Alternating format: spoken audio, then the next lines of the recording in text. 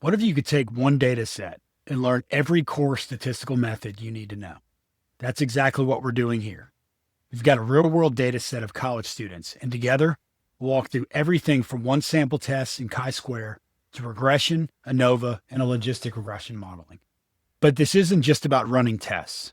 It's about thinking like a researcher, asking better questions, choosing the right method, preparing the data, and making sense of the results, all in plain language. This is Curious Modeling. Let's dive in.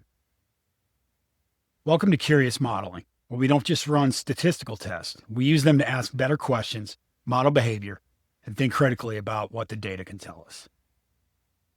This series is about how to select the right statistical method for a given question, execute a full micro study from start to finish, and interpret the results in a way that's both technically sound and intuitively meaningful.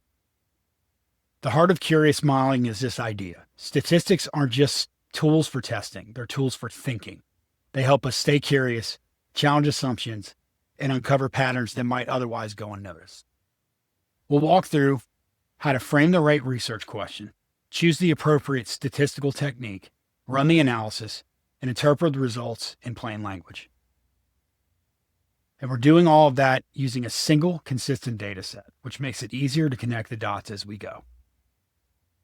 So what's in the data set? We're looking at data from a sample of college students focused on their first year of college. The big question, what predicts student success measured by first year GPA? And here are the variables we'll be working with.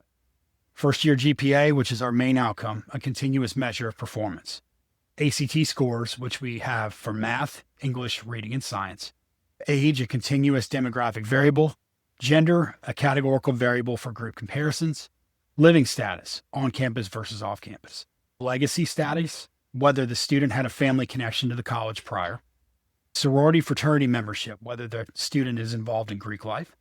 We've in-state status, local versus out-state student. We have the undecided major status, whether the student began without a declared major when enrolling in school. We have tutoring services, whether the student used academic support services, supplemental instruction, which is peer-led academic sessions, and then job on campus, the employment status during the school year. This data set lets us explore almost every foundational concept, from one sample t-test, chi-square, and correlation to ANOVA, regression, and even ANCOVA. So whether you're a student, instructor, or just finally trying to get statistics, this series is for you.